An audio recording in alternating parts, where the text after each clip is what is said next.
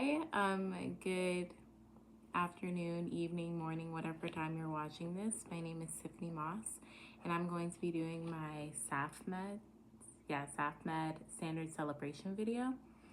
My instructor is not listed on my syllabus. My course is Spce 610, and the date is 10/6/2024, October the 6th, 2024. I have what I'm supposed to do on the side, so I'm going to cut my deck in half. And I'm going to shuffle my cards. Get this part off.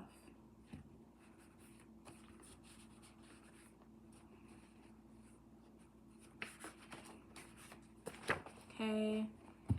I don't know how to shuffle that well. And then I'm going to start my 1 minute timer starting now. Okay.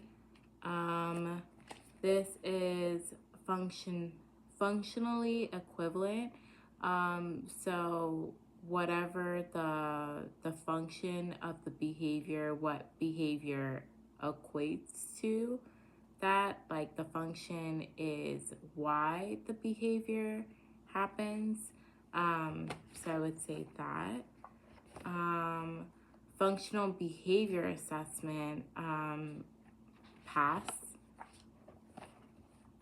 Indirect functional assessment would be something that you are not directly observing, but following what the function is of that behavior. Your stimulus preference assessment, what you could possibly use for the client as a reinforcer of something that they really like. The next pass. Oh, that will conclude my 1 minute timer, but I'm going to keep on going.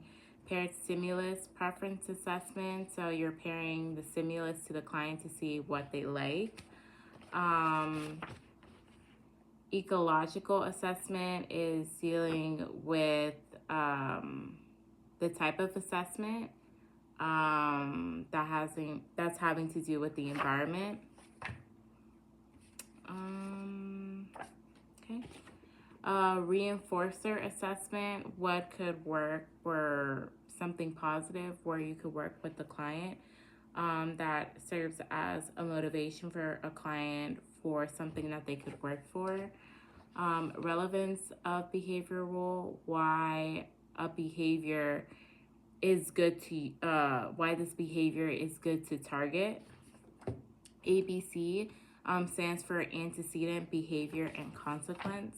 Reinforcement, something that motivates.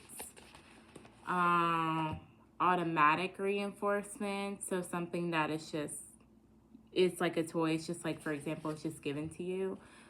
Escape is also one of not wanting to do an activity or not wanting to do something like going to school, and then you're trying to leave the school to try to escape from the environment. Avoidance would be like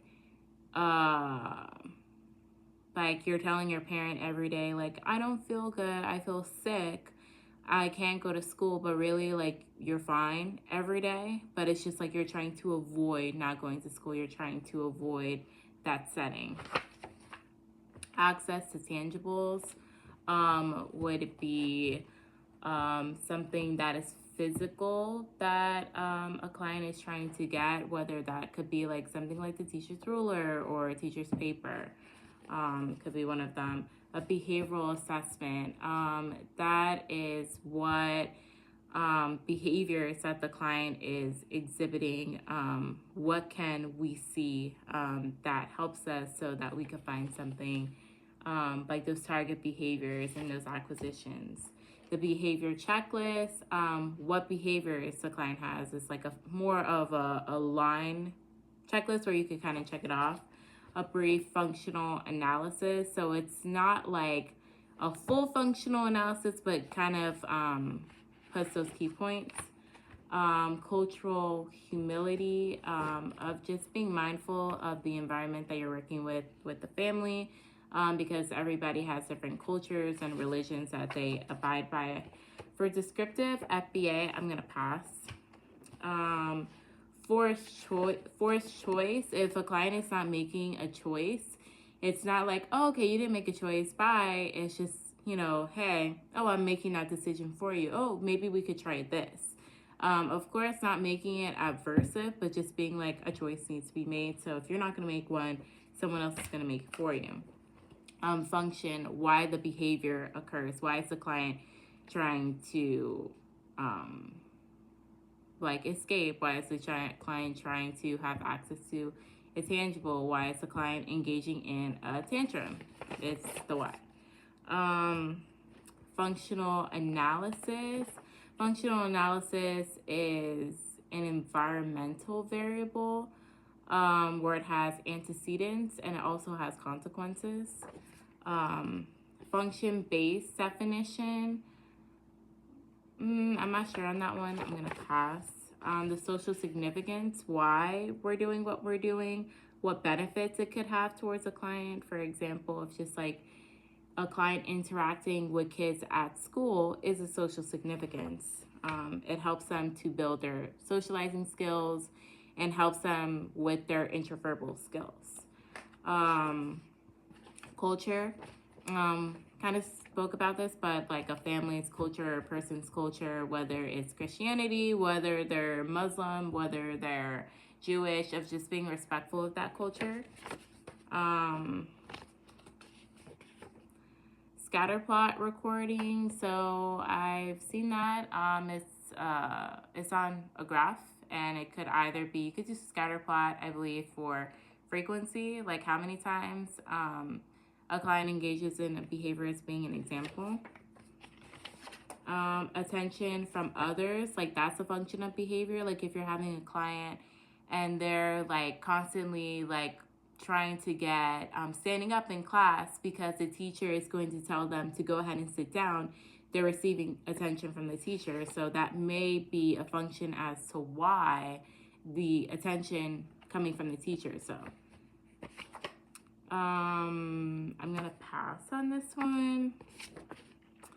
Child-based stimulus preference assessment, what a client likes, whether that's an edible, whether that's a tangible, whether that's an outside or an activity that they would like to do.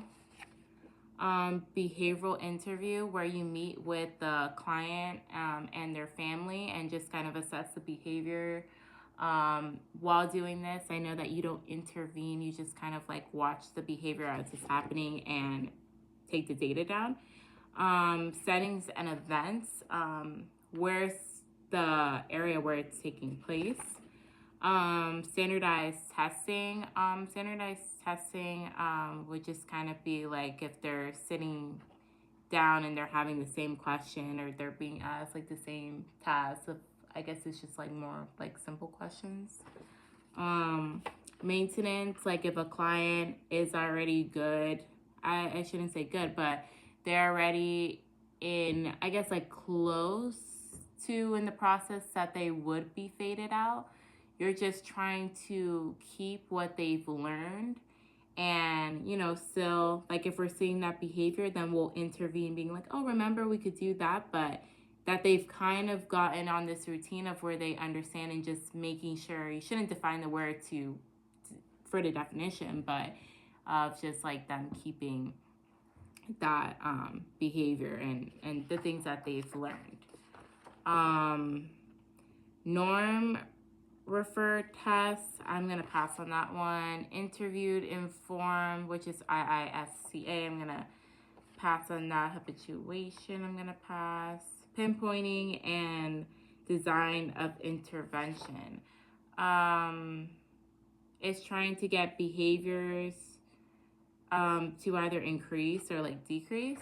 Multiple stimulus without replacement, so you're showing them like a bunch of toys or edibles, and when they pick one out, with replacement, then we'll put like another toy or another edible in its place.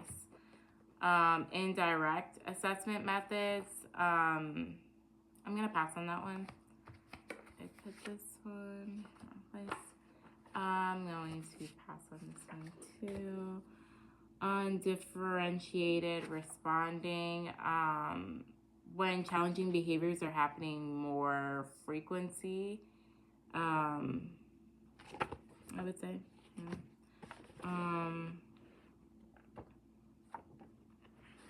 This one is modifications if there's something that needs to be changed within the plan. I'm gonna pass on this one. Monitoring progress, like looking at the data, looking at the client to see how they're doing. That way, if modifications do need to be made, then we can make those modifications. Like if a client isn't progressing. Multiple stimulus presentation, so it's just where a lot of more things are shown and something has to be chosen from a group of stimulus.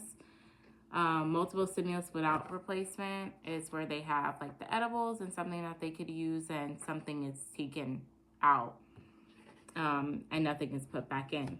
A narrative observation is when you're writing about problem behaviors or what the antecedent, you're taking kind of like ABC data of like the antecedent and the consequences and any problem behaviors or, you know, possible replacements that you could put with that. I'm gonna put that over to the side. Organize. That's very important to make sure that you are being organized as far as your data is concerned, and then also organize. It's like when you're dealing with your RBCs as well, organizing your sessions and your session notes. Permanent replacement product is outcomes that result from a behavior. Pivotal response or behaviors. I'm going to pass. Preferences, what a client wants, what they would, you know, prefer to go ahead and work for, things that they like to do, how they would like to have session. Punishment is usually a last resort for ABA, but punishment could be seen as like if a child has candy and you're just like, well, you weren't being good today, you didn't do what I said, so I'm going to take that away, or you're in timeout. Those are clear punishments or sometimes spankings. Punisher assessment, I'm going to pass from that. Rating scales and checklists of just like how like close-ended questions that may be used to determine like information about possible target behaviors of ABC data is one. Reactivity, I'm gonna pass. And record and review. So you're going to record your data and then you're also going to look back over it to see if there's anything that you missed or something that you need to look over again. And then condition probability analysis, I'm going to go ahead and pass. Thank you for watching my video, and I look forward to doing more, and I hope I did this assignment right, and have a wonderful day. Bye-bye.